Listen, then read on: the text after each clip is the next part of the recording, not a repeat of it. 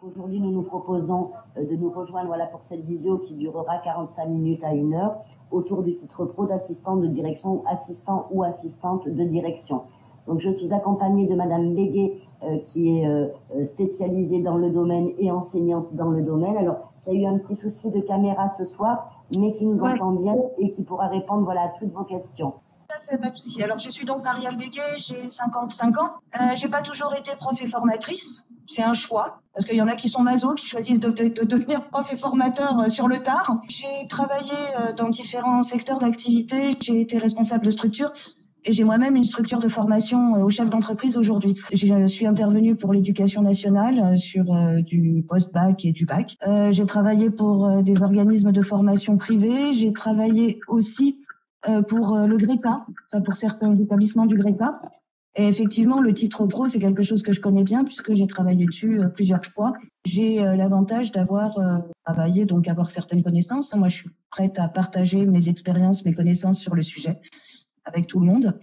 Et effectivement, je suis désolée pour ma panne de caméra pour ce soir. Super, merci beaucoup Marielle. Alors pour une petite présentation, simplifiée quand même du groupe Adonis Éducation, c'est un groupe d'enseignement qui existe depuis à peu près 25 ans, qui est spécialisé dans différents domaines. Donc Adonis étudie, je vais vous expliquer un petit peu tout ça. Donc le groupe Adonis depuis 25 ans avec des formations spécialisées sur le domaine de la santé et du social, le secteur tertiaire dont notamment le titre pro qui nous intéresse aujourd'hui, et enfin le secteur également de l'esthétique. Donc c'est pourquoi parfois sur nos sites, pour vous expliquer un peu la petite histoire, vous voyez Adonis pour le secteur santé, ISK pour tout ce secteur tertiaire et enfin Roscarmin pour la filière de l'esthétique. Donc sur l'ensemble de ces marques-là, entre guillemets, donc nous proposons des enseignements à la fois en présentiel et en distanciel. Donc des formations en présentiel, notamment sur de nombreux BTS. Je vous laisserai le soin d'aller consulter nos sites, n'hésitez pas. Et ensuite également sur du CAP et du titre pro. Nos titres pro sont dispensés uniquement en enseignement à distance avec différents types de publics, bien évidemment, puisqu'il peut s'agir de personnes qui vont juste sortir de terminale par exemple, d'autres personnes qui n'ont pas le bac, et on reviendra sur quelques explications tout à l'heure, ou des personnes qui sont en complète reconversion. L'ensemble en tout cas de ces titres pro peut être fait en formation donc continue, c'est-à-dire que vous êtes avec nous en enseignement à distance et certains vont avoir un emploi à côté ou pas. Et enfin, il est possible également de les faire donc en alternance, bien évidemment. Si vous avez des questions aussi sur ce sujet-là, vous n'hésiterez pas à les poser tout à l'heure via le chat. Aujourd'hui, nous allons nous appesantir sur ce fameux titre pro d'assistant de direction. Donc, une petite précision déjà dès le démarrage. C'est vrai qu'on se demande souvent, mais qu'est-ce qu'un titre pro? Est-ce que c'est vraiment reconnu? C'est souvent la question que j'ai à Marielle et qu'on me pose. Donc, c'est qu'un titre pro a une reconnaissance, bien évidemment. Donc, c'est un diplôme qui est reconnu par le ministère du Travail. Et je dirais qu'en termes de contenu de formation, finalement, parce que là, aujourd'hui, pour assistant de direction, on va parler d'un titre pro d'un niveau 5, donc c'est-à-dire d'un niveau bac plus 2, qui est en gros l'équivalent finalement d'un BTS. Alors, quelle est la différence avec un BTS? Sur un BTS, on va avoir davantage d'enseignements théoriques, je dirais, et qui sont parfois un petit peu déconnectés du milieu professionnalisant, mais en même temps avec des matières aussi quand même en plus professionnalisantes. Et la grosse différence, c'est qu'avec un titre pro, nous ne sommes que sur de l'opérationnel, que sur du professionnalisant. Voilà, c'est souvent pourquoi ça intéresse souvent les personnes qui vont être en reconversion. Mais finalement, en termes de niveau, nous sommes sur un même diplôme. Et en termes de reconnaissance, l'un est reconnu par l'Éducation nationale et l'autre par le ministère du Travail. Donc vous pouvez vous engager en toute fiabilité sur ce type de diplômes, qui sont d'ailleurs très appréciés des employeurs, puisque c'est vrai que ça vous permet d'être directement efficace sur le terrain. Donc je vais voir avec Marielle maintenant. Donc Marielle, est-ce que tu pourrais nous éclairer donc justement sur ce titre pro par rapport au contenu du programme? Donc c'est vrai qu'il y a pas mal de choses déjà qui sont dites dans le titre. Assistant de direction, donc j'imagine qu'il y a des missions d'organisation, de coordination, de gestion de formation et de communication. Et si tu peux nous décrire un petit peu tout ça avec précision, s'il te plaît. Effectivement, il y a toute une partie administrative pure, un gros bloc sur l'administratif pur avec l'apprentissage de la gestion des dossiers, l'apprentissage en pratique, toujours. Alors, il y a forcément une base théorique avant la pratique, parce que si on n'a pas les bases, c'est compliqué, mais pour ceux qui n'ont jamais fait en tout cas. Mais en tout cas, voilà, il y a un vrai gros module sur toute la partie administrative, parce que assistante de direction, effectivement, il y a la gestion des plannings, il peut y avoir la gestion du personnel, il peut certaines fois Dans certaines entreprises, il y avoir aussi la gestion administrative du personnel, hein, avec les déclarations, genre les DUE, les choses comme ça. Donc ça rentre vraiment dans le programme. Donc le bloc administratif est quand même extrêmement imposant. Et il y a toute la partie numérique avec Pack Office, donc le Pack Office complet, Word, Excel, PowerPoint. Donc le programme de bureautique est quand même bien lourd aussi. Et puis il y a toute la partie juridique parce que quand on travaille, quand on est assistante de direction, on est un vrai bras droit pour un responsable, quel que soit le niveau de responsabilité. Et il faut avoir des vraies connaissances juridiques en termes de droit du travail, par exemple. Et cette partie-là, elle est vraiment importante aussi. Donc, il y a vraiment des blocs de compétences à développer. L'avantage du titre pro, c'est qu'on s'adresse à des professionnels, on ne s'adresse pas à des étudiants. Donc, ça veut dire qu'on est vraiment sur le côté pratique, avec des exemples pratiques, avec des exemples de la vie de tous les jours professionnelle. Donc, est-ce à dire que pour quelqu'un qui fait ça en enseignement à distance, dans tous les cas, c'est bien de le préciser, il y a besoin quand même d'avoir un outil informatique, d'avoir un ordinateur avec le Pack Office, hein, c'est ça? Il faudra le Pack Office, oui, pour pouvoir effectivement travailler. Après, la personne qui n'a pas la possibilité d'investir, parce que ça a quand même un coût, hein, un ordinateur, la personne qui n'est pas équipée aujourd'hui en numérique, il y a quand même aujourd'hui de plus en plus d'espaces de coworking hein, dans beaucoup d'endroits. On peut demander la mise à disposition d'un espace de coworking pour cette formation, enfin pour ce temps de formation-là aussi. Hein. Ok. Alors, par rapport aux compétences justement qui sont à développer, alors quel conseil tu donnerais aux personnes là, qui ont jamais travaillé sur ce secteur hein, d'activité? Alors, les personnes qui n'ont jamais travaillé dans le secteur, en tout cas sur un secteur administratif, parce que après une personne qui est employée depuis 20 ans dans une entreprise, même si l'administratif ou l'assistanat en tout cas, parce que l'administratif est un petit peu à différencier de l'assistanat, la personne qui n'a jamais fait d'assistanat a forcément eu accès à l'administratif, parce qu'aujourd'hui dans toute entreprise on vous demande d'être polyvalent. Vous avez été amené à traiter de l'administratif d'une manière ou d'une autre, que ce soit des bons de livraison, des bons de commande, enfin. Donc la partie administrative, souvent les gens y ont déjà touché. Par contre, effectivement, une personne qui n'a jamais travaillé, qui serait issue d'un bac, par exemple technologique, général ou professionnel, hein, peu importe, mais qui n'a jamais travaillé dans une entreprise, c'est vrai que là les bases sont à reprendre dès le départ. Donc ça va demander plus de travail personnel forcément. Et là par contre pour les titres pro, si on veut pas se louper, faut pas procrastiner, hein. Surtout pas. Parce que ça passe très vite en réalité. Les temps de cours passent très très vite et il faut vraiment beaucoup d'investissement personnel par contre. En tout cas, ce programme de formation prévoit bien de pouvoir repartir à zéro sur la partie numérique. En tout cas, ça inclut vraiment des cours spécifiques sur ce domaine-là. Tout à fait. D'accord, voilà, parce que c'est souvent les questions que se posent les personnes. Alors, tu évaluerais à combien de temps de travail, par exemple, hebdomadaire voilà, puisque ce titre pro là, c'est vrai que j'ai oublié de le dire. Alors la durée peut être variable selon votre niveau d'expérience, mais la durée hebdomadaire de travail, tu l'évaluerais à combien, Marielle? Alors ça dépend. La personne qui part à zéro, je pense qu'il faut compter à peu près 2 heures par jour pour être à peu près bien. D'accord. La personne qui a déjà des compétences, il y a des choses pour lesquelles ce sera que de la révision. Donc forcément, ça allège un petit peu la partie travail personnel. Mais de toute façon, les personnes qui souhaiteront participer à cette formation s'en rendront très vite compte, parce que moi, quand je fais ce genre de formation, quand je suis formateur sur ce type de formation, d'entrée de jeu, je propose une évaluation aux participants qui puissent s'auto-évaluer. C'est pas une évaluation qui est notée et qui va compter dans leur dossier, hein, c'est pas ça. Mais je leur propose une évaluation de base pour qu'ils puissent eux-mêmes évaluer leur niveau dans les différents blocs. Et à ce moment-là, ils se rendent compte par eux-mêmes s'ils ont besoin de plus travailler sur la partie administrative, plus sur la partie numérique ou plus sur la partie légale. Donc après, chacun peut adapter aussi son travail à ses besoins réels. Tout à fait, voilà. Et puis tout le monde, j'imagine, arrive avec ses points forts et avec ses points faibles, puisqu'on voit qu'il y a des compétences vraiment en communication, sur le côté numérique, sur l'organisationnel, etc.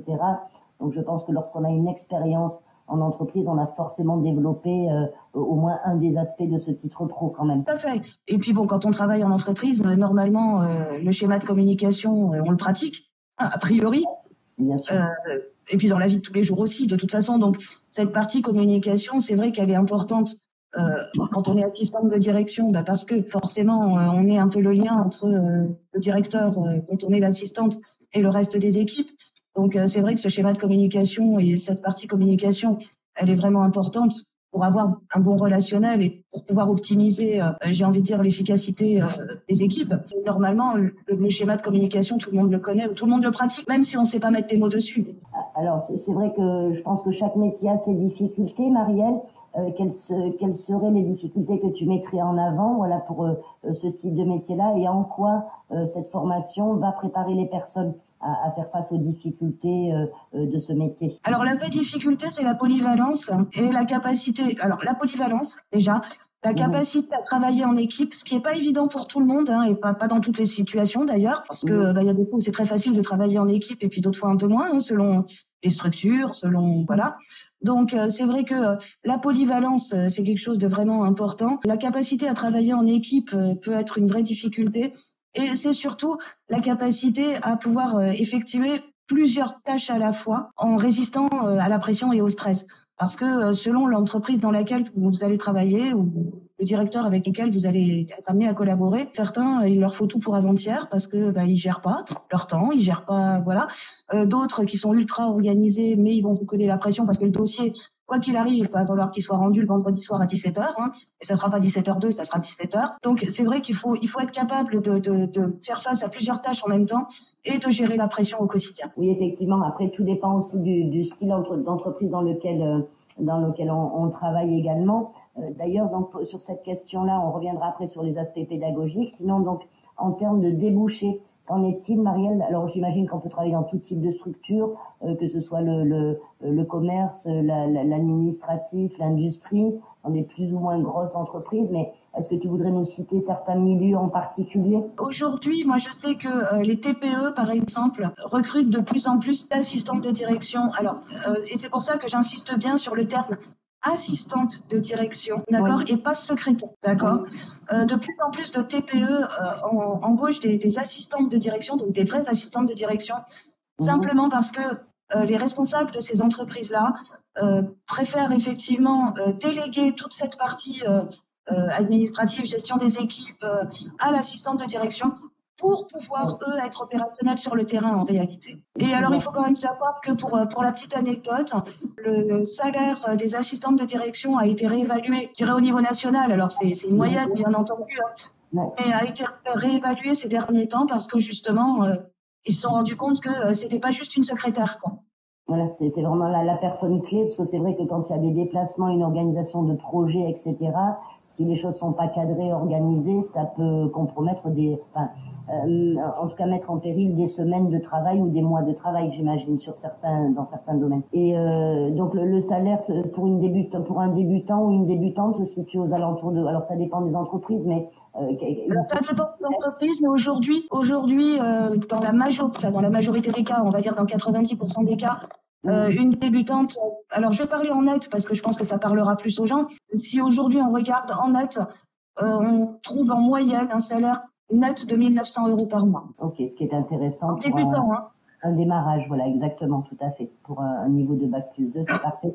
Et ensuite, après quelques années d'expérience, en qualité d'assistant de direction, comment évolue le poste ou vers quoi il peut évoluer plus précisément? Alors ça dépend effectivement de la structure, mais c'est vrai que l'avantage des PME, donc petites et moyennes entreprises, c'est que il n'y a pas cette espèce de hiérarchisation énorme que vous trouveriez chez Total, par exemple, où c'est des très très grosses structures, où là vous pouvez être noyé dans la masse.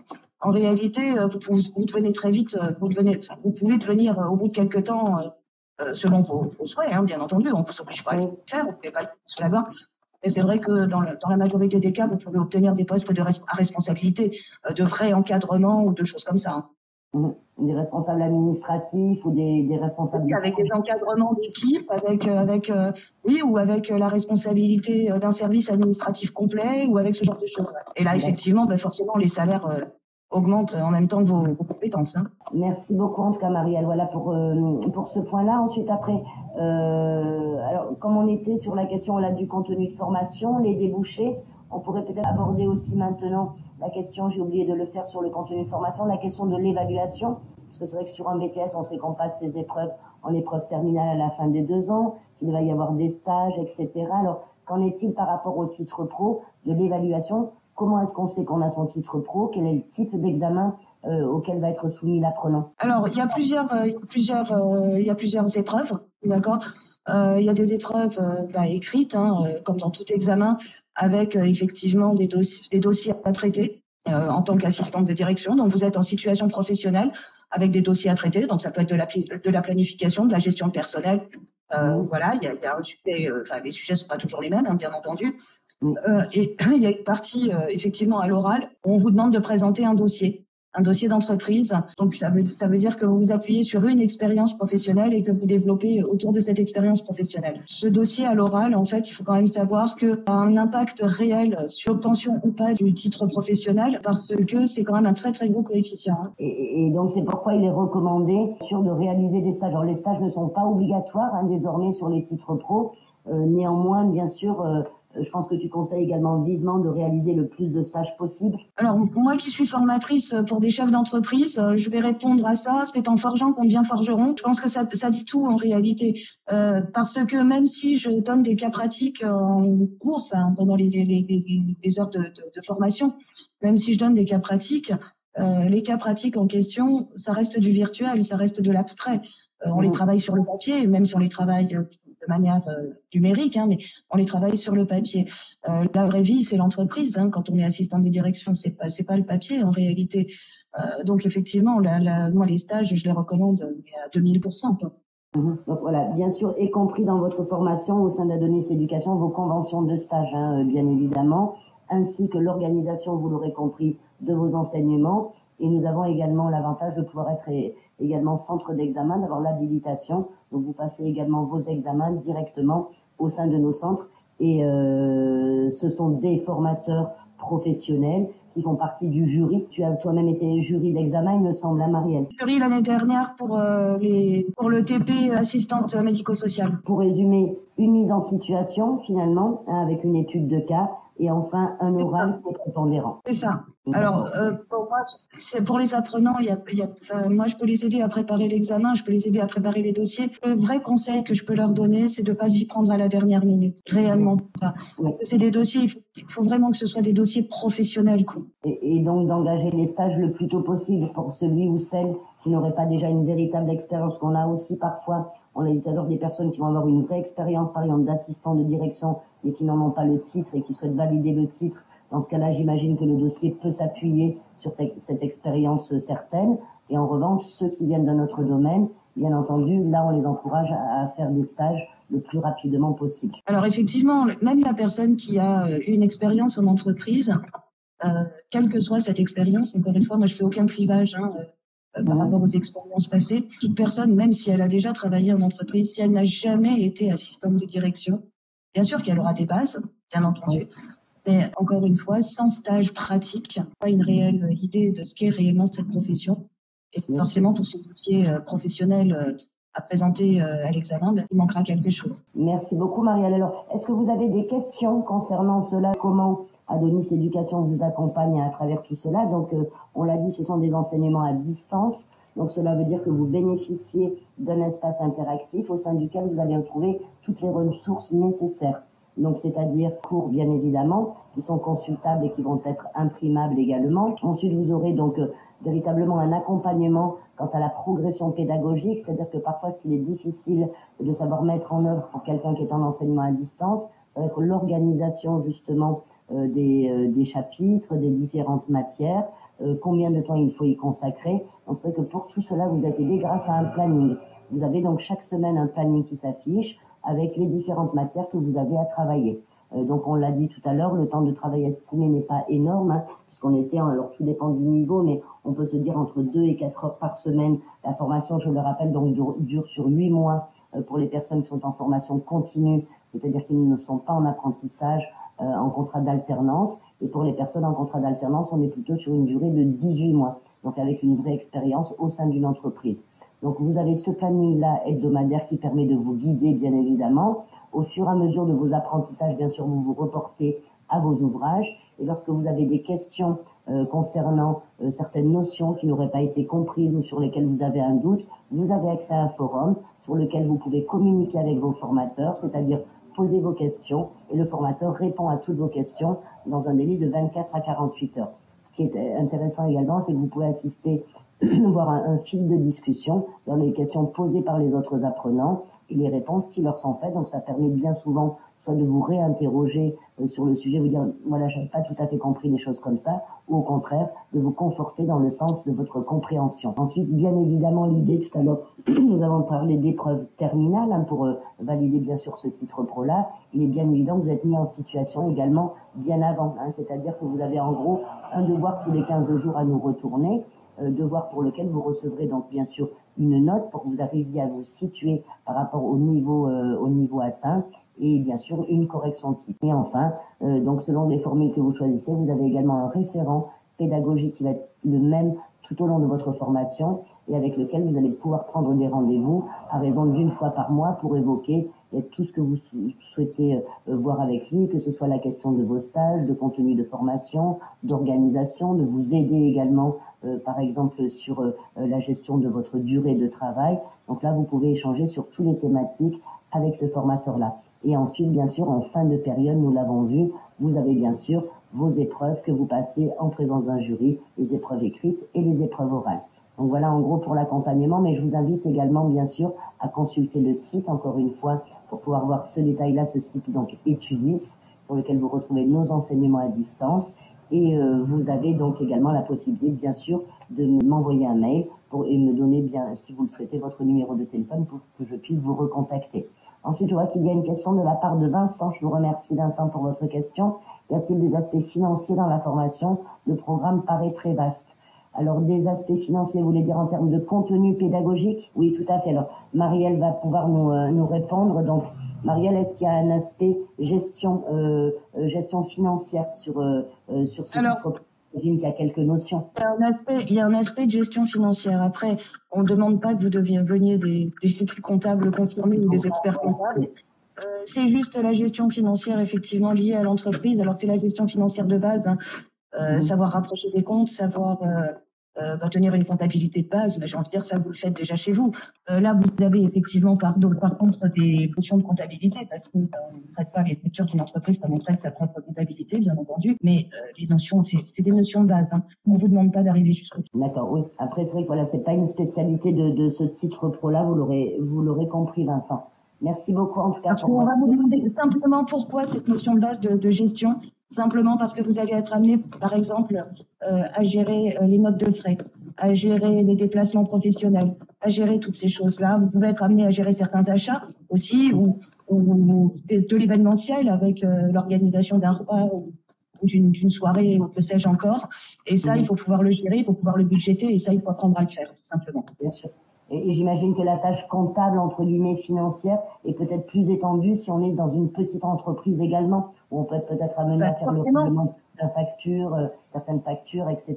Forcément, plus l'entreprise est petite, et plus votre domaine d'action est vaste, d'accord.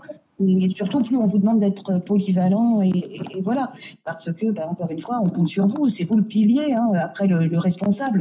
Donc forcément, on vous en demande plus quand vous êtes dans une petite entreprise, dans une plus petite entreprise en tout cas. Mais clairement, on vous demande pas de devenir des comptables. Il faut juste pouvoir budgéter et gérer le quotidien, quoi. Alors c'est vrai qu'on n'a pas donné tout à l'heure, on a parlé, c'est vrai, de l'évaluation. Merci, Vincent te remercie, Marielle. Donc on n'a pas donné tout à l'heure les choses un petit peu chiffrées, mais c'est vrai que concernant les titres pro, on peut s'interroger aussi, et c'est tout à fait légitime, sur le taux de réussite. Donc, est-ce que tu as des idées? Alors, je pense qu'on est aux alentours de 85% de taux de réussite, 90% de taux de réussite au titre pro, d'une manière générale, Marielle. Alors, de manière nationale, l'année dernière, moi, je m'y étais intéressée forcément puisque ça me concernait en premier chef. Au titre pro, alors, toute section administrative confondue, d'accord. Donc assistante de direction, assistante médico-sociale, enfin tous ces titres pro-là confondus, on était sur une moyenne de 90%. Oui, donc les taux de réussite sont plutôt excellents, au-delà en tout cas de ce que donne souvent un BTS. Donc et ça, Je pense que c'est notamment dû par rapport à l'implication des personnes et le fait que c'est souvent des personnes qui sont en reconversion également. Hein, donc avec Tout à fait. Et puis souvent, c'est des personnes qui ont un vrai projet derrière. Et ça change tout. Et après, en termes d'insertion, peut-être qu'on pourra terminer par ça pour la présentation. Et après, on répondra aux questions si toutefois vous en avez, puisque là, on a balayé à peu près tous les sujets. En termes d'insertion, je crois que dans les 3-4 mois, on est déjà sur une insertion au moins à 50-55%. Est-ce que tu as des chiffres plus précis au bout d'une année, par exemple, Marielle? Alors, au bout d'une année, on est sur une insertion quand même entre 60 et 70%. Donc, c'est vrai que les titres pro ont été créés par rapport aux besoins du terrain et aux besoins des entreprises. Hein, donc, c'est vrai que le contenu de formation, notamment, a souvent été déterminé par des professionnels du secteur, ce qui fait qu'en termes d'employabilité, on est sur une insertion professionnelle qui est quand même très haute par rapport à ces diplômes. Donc ce qui est quand même très intéressant pour une formation somme toute qui est relativement courte, hein, puisqu'on peut la faire en seulement 8 mois à partir d'un niveau de bac. On peut le présenter au bout de 8 mois, ce diplôme qui est l'équivalent après d'un niveau 5, donc c'est-à-dire d'un bac plus 2. Et après, bien sûr, évoluer aussi vers d'autres secteurs. Après, vous avez également des titres pro de niveau supérieur. Je ne sais pas si tu peux nous en parler également, Marielle, pour conclure, puisque là, on est sur un niveau de niveau 5. Et dans le domaine de l'assistanat de direction, il existe également des diplômes de niveau bac plus 4, bac plus 5. Effectivement, bac plus 4, bac plus 5. Revenir sur ce côté de l'insertion. Pourquoi les personnes sont tellement bien insérées? Il faut savoir que, comme tu le disais au départ, le titre pro, c'est avant tout une formation qui est demandée par le ministère du Travail et pas par l'Éducation nationale. Donc, ces titres pro ont été vraiment créés par le ministère du Travail parce que il y avait une vraie demande et un vrai besoin de la part des entreprises. De manière ciblée aux besoins de l'entreprise, en fait. C'est ça. Donc, c'est vrai que c'est ce qui change tout par rapport à l'Éducation nationale où on est beaucoup plus dans le généraliste. Maintenant, effectivement, pour revenir sur les titres pro supérieurs, après le titre pro bac plus 2, enfin équivalence bac plus 2 en tout cas, il y a effectivement des équivalences master en titre pro, d'accord. Alors il est évident que la personne qui souhaite aller jusqu'au master entre guillemets, puisque c'est l'équivalence du master, après son titre pro bac plus 2, effectivement là par contre elle sort avec un master. Il est bien entendu que même en débutant, le salaire est pas du tout le même que à bac plus 2. Et au-delà de ça, elle accède en direct à des fonctions à responsabilité. Oui, c'est le principe des formations supérieures. La seule chose sur laquelle je mets en garde par rapport au bac plus 5, c'est que par contre l'enseignement est extrêmement poussé en termes de gestion. Alors là, par contre, il y a des vrais modules de gestion. Pour les personnes qui ont pas d'appétence pour ça, ça peut faire reculer et il y a des vraies nécessités en termes de numérique qui sont pas forcément super développées dans le bac plus 2. Quand on n'a pas d'appétence pour ça, ça peut faire reculer. Eh bien, ça pourra faire l'objet d'une prochaine table ronde éventuellement, ces niveaux bac plus 4 et bac plus 5. Et Vincent s'interroge et se demande, grâce à ce titre pro d'assistant de direction, est-ce qu'il est possible d'intégrer le milieu médical, notamment le milieu hospitalier? Ou est-ce qu'il est nécessaire d'avoir déjà travaillé dans un premier temps dans ce type de structure? Alors non, pas du tout. On peut intégrer le milieu médical, on peut intégrer le milieu hospitalier. Il n'y a aucun problème. L'hôpital est une entreprise, est une organisation, une personne morale du domaine public, tout simplement. La personne morale étant l'entreprise. Donc, je veux dire, il y a aucun problème de ce côté-là. Après, il y a des secrétaires de direction dans les hôpitaux publics comme dans les hôpitaux privés. Parfait. Alors, est-ce que tu vois d'autres choses importantes, Marielle, que tu aurais envie de souligner pour ce titre pro? Que moi, je suis pressée de commencer. Oui. Alors, on va donner les dates. Donc, c'est vrai que la prochaine session, donc là, des personnes ont déjà commencé. La prochaine session donc débutera en janvier, et ensuite la rentrée suivante se fera donc sur le mois de septembre. Donc là, pour janvier, il est important quand même que vous soyez positionnés relativement rapidement maintenant, puisque c'est vrai qu'il va y avoir les vacances de fin d'année. Donc idéalement, pour ceux qui souhaiteraient postuler, donc je vous invite donc à me contacter directement afin que je vous envoie les éléments qui vous permettront de candidater. Donc tout simplement, le dossier de candidature est relativement succinct à compléter. Vous avez donc à compléter sur votre état civil, nous donner des renseignements concernant votre cursus. Ensuite, on peut avoir à devoir étudier justement votre positionnement. Nous en parlions avant le début de la visio avec Marielle, si certains ont une vraie expérience déjà à faire valoir, voilà, pour que l'on puisse voir si vous pouvez être dispensé de certains modules de cette formation. Et ensuite, après, vous pouvez démarrer dès le mois de janvier une petite lettre de motivation, bien entendu, mais afin de faire ce positionnement-là, on vous demandera bien sûr les contrats de travail et de mettre en avant également au sein de cette lettre de motivation les missions que vous avez pu accomplir et assumer. Et enfin, pour les autres, voilà, de fournir simplement leur niveau de baccalauréat. Et ensuite, bien sûr, cette formation, il est possible, nous l'avons dit, de l'effectuer en apprentissage. Donc, dans ces cas-là, il vous appartient, c'est vrai, de chercher une structure d'accueil. Nous pourrons parfois avoir des demandes et nous avons donc un service spécialisé qui va s'occuper de gérer également votre candidature. Pour janvier, là, ça paraîtrait un petit peu juste quand même pour entrer en alternance. Mais après, voilà, peut-être avez-vous déjà des contacts. Donc, n'hésitez pas en tout cas à me rappeler pour que l'on puisse approfondir un petit peu plus cette partie recrutement. Mais ce qui va compter le plus, c'est ce que nous avons vu tout à l'heure avec Marielle, ce qui est très important, c'est la motivation. À partir du moment où on est motivé, on est capable de décupler voilà, les efforts, de fournir voilà, le travail nécessaire, de s'activer pour trouver une entreprise, être capable de mener à bien voilà, de son dossier pour en faire ensuite une bonne présentation. Donc c'est surtout voilà, ce qui sera déterminant pour vous, ce sera votre motivation. En tenant en compte que vous avez quand même l'avantage d'être en enseignement à distance. Donc ce qui vous permet quand même d'avoir une grande souplesse pour les moments où vous pouvez travailler voilà, sur vos cours, puisque vos cours sont accessibles 24 heures sur 24, le week-end compris, les vacances compris. Donc c'est vrai que ça c'est quand même très intéressant par rapport à une formation et par rapport aux formations qui vont se développer en présentiel où on a la contrainte du déplacement, etc.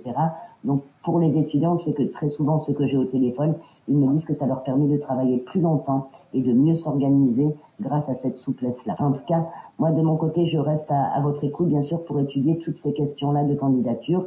Et sinon, bien sûr, le site Etudis, voilà, où vous trouverez donc toutes nos formations. Marielle, je te laisse le petit mot de la fin, moi, avant de nous quitter. Voilà, sauf si vous avez d'autres questions, n'hésitez pas. Et voilà, et je pense que voilà, vous aurez tous vu que Marielle est une formatrice, voilà, très dynamique, spécialisée sur le domaine et qui a très envie, voilà, de vous accompagner et qui a hâte de vous retrouver. Hein. Alors effectivement, j'ai hâte de retrouver tout le monde. Le petit mot de la fin pour moi, ça va être simplement que pour l'alternance, tu disais que ça pouvait être juste. Certaines personnes ont peut-être déjà des entreprises. Si c'est le cas, alors si c'est le cas par contre, et qu'elles veulent commencer en janvier en alternance, je pense qu'il faut qu'elles demandent tout de suite à l'entreprise qui est intéressée pour les prendre en alternance d'établir les conventions pour que toi tu les aies tout de suite pour pouvoir les mettre dans les dossiers et qu'ils puissent commencer en alternance. Tout à fait. Donc après, c'est vrai que vous pouvez également rassurer votre employeur dans le sens où si vous avez déjà donc des choses qui sont convenues avec lui, on peut être également nous très réactifs puisque d'une manière générale, c'est vrai qu'il va y avoir une relation avec l'OPCO. Donc l'OPCO, c'est l'organisme qui va prendre en charge le coût de votre formation. Que l'employeur, lui, n'assumera bien sûr que la partie salaire vous concernant. Donc nous avons un service dédié qui va s'occuper de toutes les déclarations auprès de l'OPCO, établir la convention, établir le CERPA qui convient pour que vous puissiez commencer le plus vite possible. Mais bien évidemment... moi, juste une dernière demande par rapport aux apprenants. Dans leur lettre de motivation, je souhaite réellement, mais ça c'est pour moi, pour pouvoir adapter au mieux la formation à chacun, puisque j'essaye de faire un petit peu de l'individuel quand je peux le faire, bien entendu, de me mettre quand même ce qui les a amenés à cette formation aujourd'hui. Bien sûr leurs expériences passées, mais ça va de soi, mais ce qui les a amenés à cette formation aujourd'hui et ce qu'ils veulent en faire après. Le projet qui est porté. Merci beaucoup Marielle, merci pour ta disponibilité de ce soir parce que je sais que tes journées de formatrice sont très chargées. Donc je te remercie infiniment de ta présence et de nous avoir éclairé voilà de tes connaissances. Voilà, nous repartagerons voilà, je pense de nouveau puisque parfois il nous arrive de faire aussi des cours découvertes. Donc n'hésitez pas à bien suivre l'actualité sur le site Etudis et surtout à nous contacter très vite si vous voulez rentrer en janvier. Et même si vous voulez rentrer en septembre sur de l'alternance, il est très important que nous ayons également votre candidature au plus vite aussi, parce que là on peut vous donner aussi un petit coup de main quant à votre lettre de motivation, quant à votre CV également. Vous pourrez bénéficier aussi d'un coaching, d'un accompagnement pour voir dans quel type de structure je démarre, de quelle manière je le fais, comment est-ce que je relance. Voilà, vous avez certainement pas mal de questions, tous ceux qui cherchent de l'alternance. Donc là, idem, il y a un service dédié qui peut vous accompagner, notamment avec des visios avec Patricia Pérez, voilà, tous les mercredis et certains mardis également. Donc voilà, je vous invite à prendre contact. Je vous donne de nouveau mon adresse mail. Voilà, j'attends vos retours et n'hésitez pas, voilà, à avoir le replay aussi de notre enregistrement, voilà, qui sera très prochainement mis en ligne sur le site Étudis. Je vous remercie vivement tous pour votre participation et un grand merci à Marielle que je retrouve très bientôt. À très vite, Corinne, et puis c'est avec beaucoup de plaisir et tu le sais très bien. Merci infiniment. À très bientôt, Marielle. Au revoir. À très bientôt. Au revoir.